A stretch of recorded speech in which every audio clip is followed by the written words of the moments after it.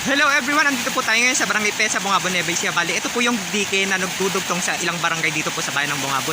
Bali, kung makikita nyo po, sobrang lakas ng agos ng tubig. Hindi po safe tumawid yung mga farmers kung pupunta po sila ngayon sa kanilang mga bukid. Kasi kung makikita nyo, paparating po yung bugso ng tubig na nanggagaling dun sa mas mataas na area.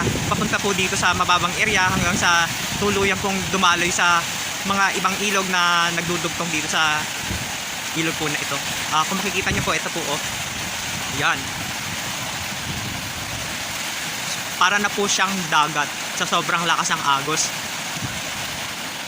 At kung pupunta man po yung mga farmers sa kanilang mga bukid, mas mabuti po na umikot po doon sa bayan. Kasi kung tatawirin po nila itong ilog, delikado at baka mapahamak pa ho sila. Ayan po oh. Sobrang lakas po ng daloy ng tubig, tapos patuloy pa rin po na umuulan dito sa bayan ng Bungabon ngayon. Kaya mas mabuti na kung maaari patilain muna yung ulan bago pumunta sa kanilang pupuntahan or sa kanilang mga bukid.